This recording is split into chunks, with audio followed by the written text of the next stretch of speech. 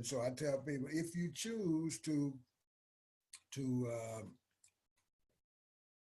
be a partner with somebody, you've got to wear the visor. If you choose to walk in the bright light of partnership, which I Mm. believe is the case, you must wear your visor. Mm. And visor has a special meaning. The V is shared vision. That is, partnership only makes sense if we have a shared dream of possibilities for our collaboration. Now, if you're going to New York and I'm going to San Francisco, they don't need to be partners because my dream is to get to San Francisco. Your dream is to get to New York, and why should we partner? Okay, Sure. so there has to be enough overlap in our individual pictures of the future that makes sense for us to try to create it together. Mm. The I in visor is interdependence. That means we need each other to make this dream come true. Mm. If I can do it without you, why bother to have a relationship with you? If I can do it on my own, I don't need a partner. The S is shared values. And that doesn't get a lot of ink in a lot of places because we just assume that we have a code of conduct and everybody knows what it is. Yeah. Well, that's Yeah. not usually the case. And it doesn't mean that they necessarily are invested or even share those beliefs of whatever the values are. If just because you post it on the wall doesn't mean that somebody necessarily owns it or is invested in it. In fact, that's right. That's where I got really interested in the whole idea of shared values. I had a client years ago, and they had this beautifully crafted set of shared values in the lobby. Mm-hmm. And so I read them. And man, they were so beautifully done, it brings tears to your eyes. Mm. So I was hired to facilitate groups of employees. And I usually had groups of 20 to 25 people in each of the sessions. And I just listened to people. And, as a facilitator group, you have to listen to what's going on in the room. So I'm listening to people. So after about the third or fourth of those sessions, I just asked a question. Do those words live in this place? Mm. And they broke out in laughter. And what had happened was the leadership had hired some consultant like me to craft a set of values that they did beautiful posters. They had no meaning for anybody in the organization except the folks who paid for them. And so I realized that if you're going to have values that live in an organization, that is, if you're going to be able to have a code of conduct that everybody is committed to and adheres to, they have to be involved in the crafting of it. Mm. And so some years later, one of my clients asked me to help them craft a set of core values. And I said, I don't do that because that really is not what I do. Mm-hmm. But they said, well, we want you to do it. I said, well, I don't know how to do that. They said, well, we'll help you learn because we want you to do the work. And I realized in retrospect, it was because I was an engineer and they had a lot of engineers and they figured we could speak the same language. Mm-hmm. And so they sent me books and all that kind of stuff. And I learned how to go about facilitating that process. And they invited 750 of their employees from across the country into Kansas City, where I facilitated the workshops. And we had as many as 75 folks in some of the workshops.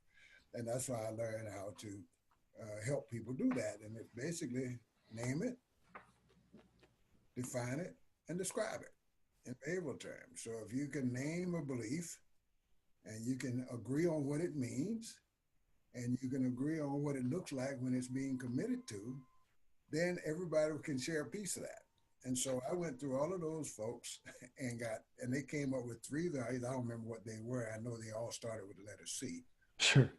And they use it as a recruiting tool or candidate screening tool. And so when they interviewed somebody for employment, they said, this is what we believe. Mm. This is how we behave. Can you commit to this? And if they said no, then thank you very much. You can't work here. So it started from when you defined those values, it wasn't like they came up with these predefined categories. It was more like really from the bottom up where there was a consensus that these were the things, these were the shared beliefs of the team. Then they kind of distilled those down to 3 core values. Right. Yeah. Okay. Because the premise going in was if you have 15 core values, they're not core. Right. Yes. Yeah. There is no core. Yeah. Yeah. I always believe that there are 3 to 5. Yeah. That sounds And right. we had when we, 75 people in the room, I break them into groups of 5 or 6, and each table comes up with their own stuff. Mm. And then each table reports out to the larger body what they came up with. And it's amazing how much commonality there were among tables. Mm-hmm. And then we boil it down and we agree to eliminate this one because that really is not core. And so over the period of time, it took me months to do this. Over the period of time, they settled on 3. With all of those people involved, 750 folks involved, and they came up with 3 values that all 750 of them could share a piece of. That's great, though. I mean, that's what you want. That's Yeah. exactly what you want. And so those beliefs lived in that place, and it was a manufacturing company. In fact, it was Marley Cooling Tower. They make air conditioning cooling towers. Ah, okay. Okay. And I mean, it was just absolutely amazing to see that many people come together and agree on 3 things that they were willing to commit themselves to. Mm. And those words lived in that place. The one I described earlier, they just didn't live there. So the values are really important. And if Sure. we can't establish a set and we behave consistent with what we say we believe, then they serve us well. So shared values is the S in the visor. They're always open communication because partners have to tell the truth. Sure. That is, partners have to be willing to give others permission to be honest, because not everybody who asks for your opinion wants to hear what you believe, but wants to hear what they want to hear. And so partners don't behave that way. Partners are open to hearing others' truth. Mm. And also partners fully disclose the information they have about the issue under discussion. There are no hold cards in partnerships. You lay your cards on the table and you trust your partner to use that which would be helpful and discard or ignore the rest. Mm-hmm. And partners also listen as learners and not judges. They put a blanket over the prism of their own experience and hear what the person is sharing, not because their perspective is going to change, but because they want to understand their partner's perspective. Sure. And so that's why communication is difficult, because one of the 3 sometimes is missing. But in order to communicate openly, all 3 have to be present. And then the last one, the R, is shared responsibility. Partners share the responsibility for outcome, no matter what it is. So if things go well, no one partner walks in the spotlight and claims the credit. And if things go poorly, no partner points the finger of blame at another partner. Now, if things go wrong, we come into the room, we close the door, and we figure out what happened. Not for the purpose of assigning blame, but for the purpose of making sure we don't make that mistake again. But when that door swings open to all the world, a partnership messed up, not one single partner. And so when you get a critical mass of people in any group making that commitment to each other, magical things happen. And best example of that was I was doing some work for a major independent insurance agency headquartered in Kansas City. Damn, I used to spend a lot of time in Kansas City. It's nice nowadays. Have you been back recently? No, I haven't been there in, it's got to be 15, 20 years since I was there a couple of years ago. They really, they've redone the whole downtown. They've made it, it's nice. They've really revitalized it. People actually live there. There's like cobblestone paved sidewalks with storefronts and breweries and, restaurants. It's nice. It's nice nowadays. And I was there one time, was it Christmas or Easter? When they decorated that exclusive part near downtown. Everybody talks about it, and it was absolutely gorgeous. Yeah, Kansas City, I've always enjoyed going to Kansas City, but I haven't had a reason to go there for years now. Sure. But anyway, this company hired me to help an executive be successful because he was having all kinds of problems. And I would go in and talk to him, usually around his performance review, and find out what was going on in his unit. And he'd tell me what was happening. I said, well, these things I suggest you do. And then a year later, I'd have to go back. After about 3 years, and I told him, I said, look, man, you're going to have to find a way to do better because your leadership keeps calling me in to help you. You'd only go in there about once a year? Yeah, I just Okay. told him about one because Yeah. he didn't get in trouble until evaluation time. Yeah. They needed to hire you to go in there, talk to them quarterly or He did that. monthly or something, It's like, They eventually did that. yeah, clearly. So they finally said, okay, he's got one last chance. So the leadership said, John, we're going to offer your help. And if he accepts it, maybe he can save his career. And Mm. so, and they figured this was his last chance. So this is like the third time.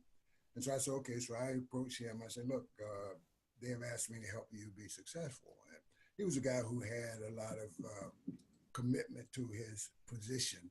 Mm. His wife, I guess, put a lot of pressure on him to be successful. And she compared him to his peers and she wanted him to keep moving. So he had a lot of pressure from home and at work to do it right.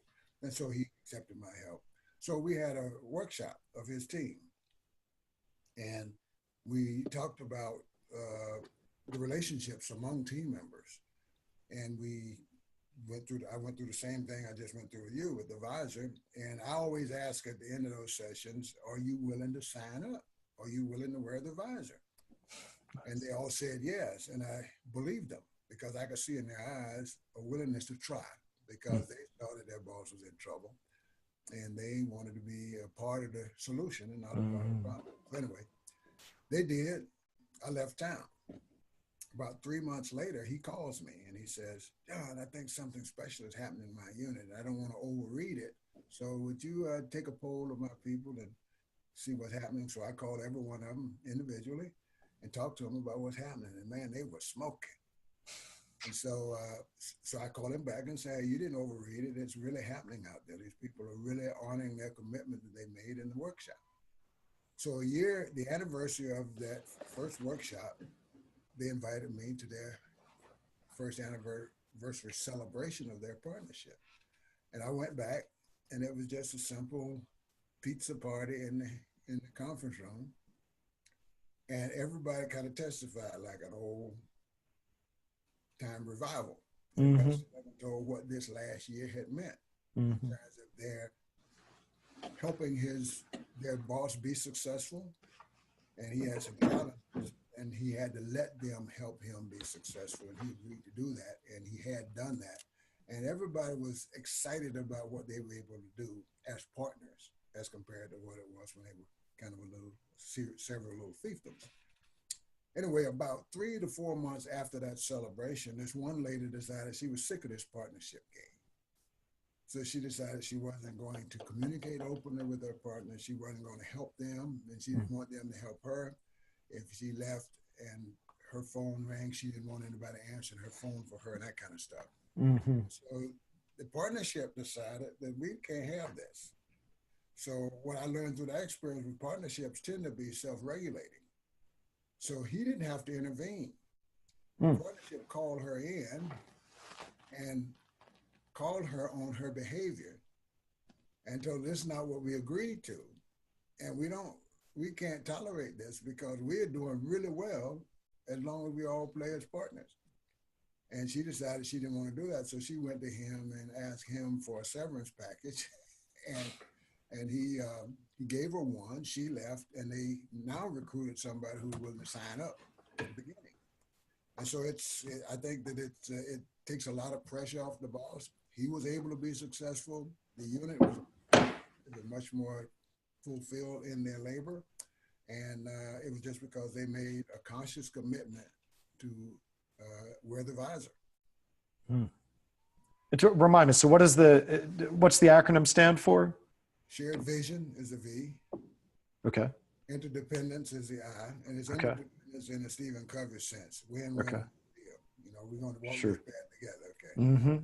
And that's the shared values. The O is open communication. And the R is shared responsibility. Got it. Yeah, that's nice.